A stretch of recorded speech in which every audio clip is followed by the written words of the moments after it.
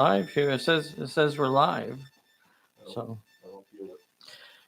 you don't feel it. Let's see what this one does. Oh, look, it goes to that camera too. Hey, everybody! Sitting here with Jerry. Jerry's working hard on yet another model for us. How awesome is that?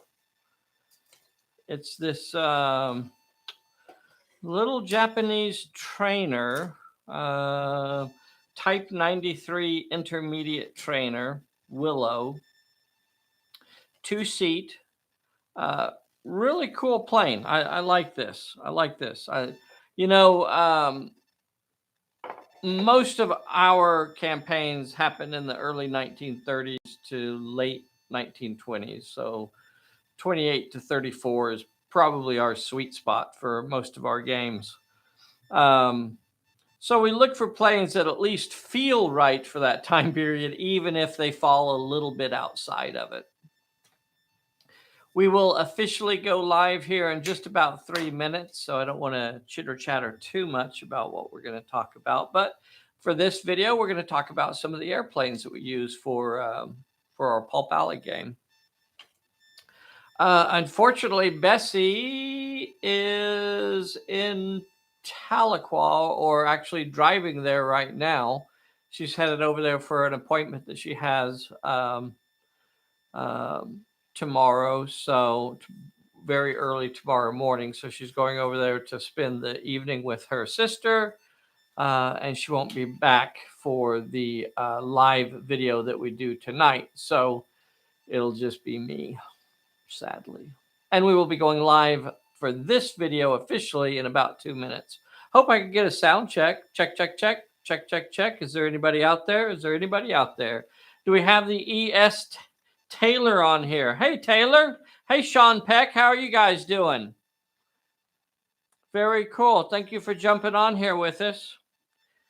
Jerry's working hard, and I'm goofing off as usual, slacking.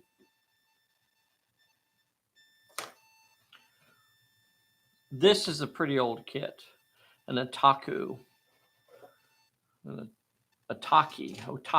kit. If I had to guess, I'd say it was probably made in the 50s, maybe the 60s. It's definitely an old kit. But, you know, I'm always looking for specific stuff. I'm always looking for things, you know, specific to our time period. We'll go live officially here in about another 1 minute. Do you guys use any airplanes at all in any of your games? Let me know. Let me know what you guys have been doing. Lord Grumpus is on here. Andy from Germany is on here. Very cool. Very cool. Thank you, guys. Completely unscheduled video. I don't expect there to be a lot of folks jump on here for our live stuff, but I do definitely appreciate you guys jumping on here and chatting a little bit with me. Okay, we're going to call that the live. Hey, everybody, this is Dave here at Pulp Alley, and today we're just going to talk about some of the airplanes that we use fairly frequently in our Pulp Alley games. In Pulp Alley, you can easily use, you know, your airplanes as plot points. You can use them as terrain. You can just have them sitting on the table. And for the scenario that we're doing on Sunday, it is called the final flight scenario, and that is exactly what we're using it for. It is really just a plot point, a piece of terrain that's on the table. Now, you can also, if you have the Guns, Gadgets, and Vehicles book, you know, there are special rules in there for using airplanes in your games, as well as tons of other stuff. You shouldn't you shouldn't worry about using planes in your games and feeling like they're going to dominate and take it over, because they don't. It was very important to us when we were designing the vehicle and the rules for planes that it was still all about what the characters were doing. So even if you have a plane out here on the table flying around trying to do strafing runs and stuff, at this scale, it's really not that big a deal. And you can have the planes trying to battle each other in the sky too. So because we aim for the 1930s mostly, that's kind of what we look for when we're picking out planes. So I like to look for planes that have a fixed landing gear. I like to look for planes that have, what else, Jerry? What else would maybe make a plane like a 1930s? You know, if it has these big shoes, these big like cowls over the wheels. You know, that's indicative definitely of a 1930s style where they started trying to do some aerodynamics over the wheels like that. Yeah, yeah, yeah. Biplanes always kind of have a bit more of a 1930s sort of feel to me as well. Um, And I guess sometimes it's really more about the look. This plane here that we're going to be using on Sunday. Let me give you a better look of it because a couple of people have asked about this one. Here's the box. If I can get it on there. No, no, not quite. There it is. It's by a company called Valom. I don't know. You'll have to forgive me, but that's the name of the plane there. If you can see it, I'll try and pick up the camera without shaking it too much. It's my bad shoulder, though. I can't hardly hold it. But anyway, there it is. I'll see if it shows up better on the for this camera. I can't really tell. That's the plane that we're going to be using on Sunday, and it has it has all those things. It has the fixed landing gear. It has the the biplane. Uh, it just really looks like it jumped out of the 1930s. It didn't. This plane, in fact, um, I don't think its first flight was until like 1947 or something like that. It looks very earlier than that. And the reason it does is because it was designed much earlier. The engineer that designed this plane actually designed it, most of it before World War II. But he had a lot of problems getting it made, and it wasn't until about 1946 that he was cleared to actually make that plane. It's a wonderful plane. It's one of those kind of cool planes that is still in service today. But to me, it has a real 1930s sort of feel to it. I also like it because it has a relatively short wingspan, um, so that it doesn't take up too much tabletop space. So that's something too about those. Let me see. I want to show you some of the. You guys want to see some of the other planes that we have? I like these. So I can put it on this one. When I can find them at a decent price, I really do like these fine molds planes. These are really nice. And this Curtis R3C. This was a very famous plane in its day. It won some records and some races and stuff like that. So it was a big deal. Now I specifically look for 1/48. That is the scale that I use both for my vehicles when I'm looking for tanks and cars and things like that. I prefer 1/48. And then when I'm looking for airplanes, I do the same thing. I look for 1/48. Here's a really cool old plane. And I don't know that one of these were ever even made. Maybe one of them was made. I'm not sure. Again, it's a fine molds kit, an Italian plane out of the Porco Rosso uh, movie. Really cool, really beautiful plane. And I'll show you. I'll show you some of these as best I can that we have hanging up here in a second. This is a really simple plane too. This Stearman, another trainer plane, another two-seater biplane, exposed engine here. Really cool, really cool. Of course, 1/48 scale. So those are all nice too. These, go to your local model store. I think I got this one out at Hobby Lobby. This one here, they had these. I think I ended up getting a couple of these because they're so handy to have. All right, I'm gonna check the comments, and unfortunately, I have to like walk off screen to check the comments. So I'll let you enjoy Jerry at work. Let's see what the comments have to say over here. Andy in Germany, chance to use planes. One thing that attracts me to Pulp Alley. Very cool. Bought some cool pre-painted planes from Hobby Lobby. Very nice. The Grumman Goose, the GB. Yes. And you know what? I have a couple GBs that I'm going to put together, but I don't have one finished yet. So I'm still working on that one. Hey, Chris, thank you for joining us, buddy. Really appreciate it. Tales from the Gold Monkey. Yep. Yeah, I have. Let's see if I can get this played down. Oh, my shoulder's killing me. Okay, it's got a little bit of dust on it. Oh, I lost one of my propellers. I was pulling it down there.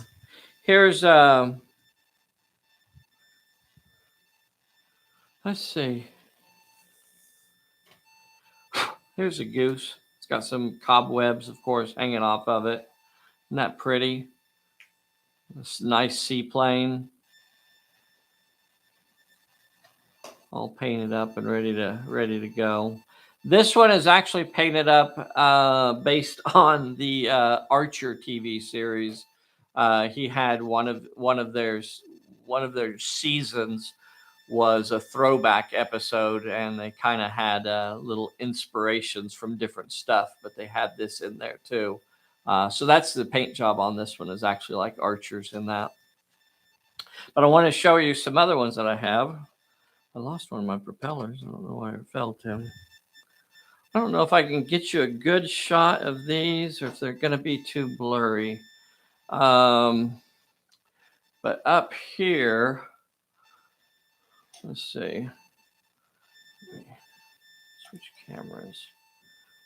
Let's see if I can get any of these to show up. There's that Curtis plane and the Italian Porco Rosso's plane there.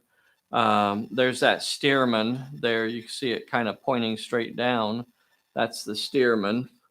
And that's about the end of my cable, so I can't actually get any closer. But there up top here, you can kind of get a view of some of the planes that we use off and on. There you go. I need to pull them down. I should have pulled them down for this so you guys had a better view of them. Okay. Well, that was just, I'm going to check the comments one more time. Let me see if there's anything going on over here. The Tester's Mono Curtis racer comes with floats. Now, I don't know which one you're talking about, Lord Grumpus, but I'll show you one of them I have.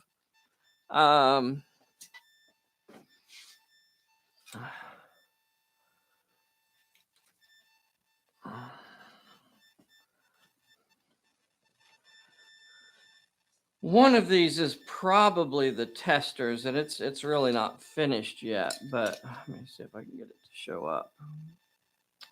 The GB.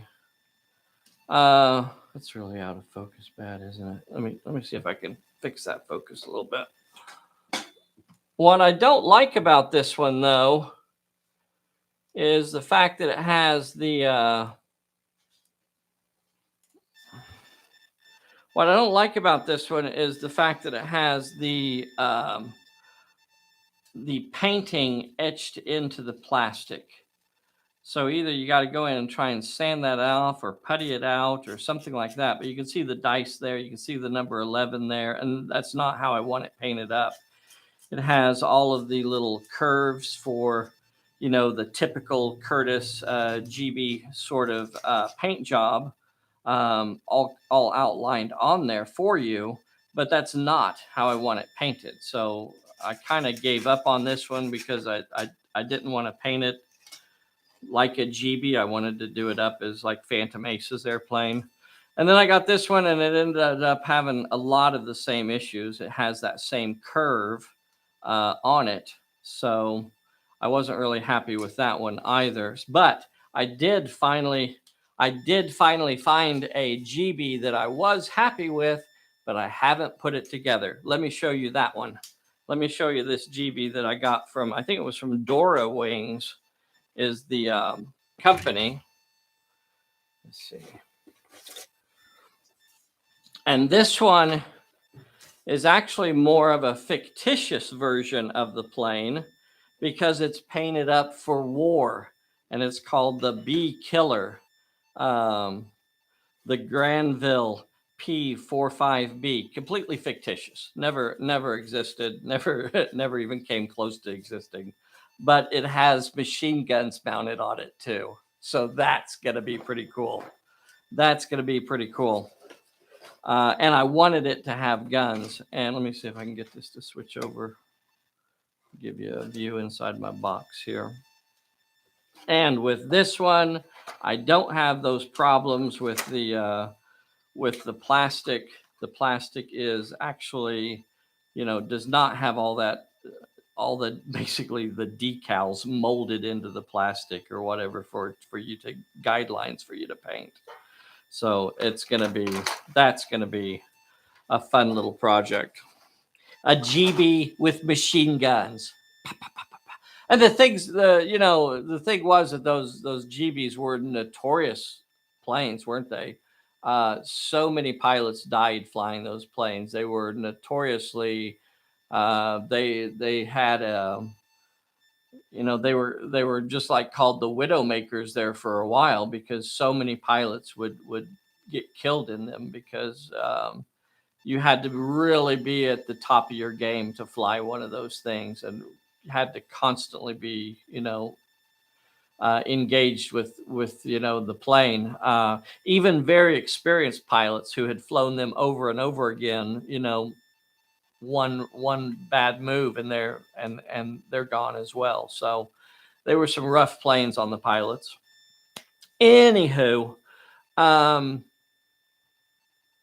it's a lot of fun using the airplanes in Pulp Alley. Eventually, we will do a second edition version of the Pulp Guns, Gadgets, and Vehicles. But, just like with the rule book, the basic rule book, it won't really be, a complete overhaul of everything. It shouldn't stop you from picking up some airplanes or picking up some vehicles, some little armored vehicles, and having fun with it. The rules work very nice, and they keep the vehicles in a space where they do not dominate the game. You can easily put an armored car out there or put cars out there on the table, and you can easily have them running around and have fun with them without them, changing the how, overpowering the game.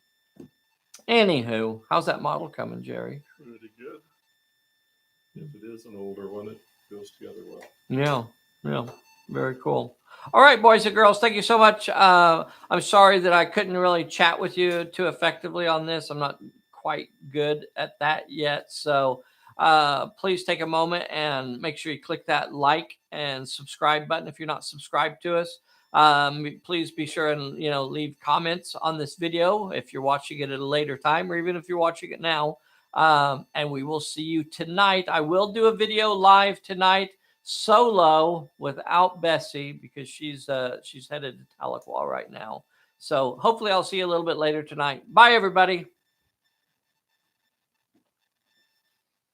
End stream. Stream ends now.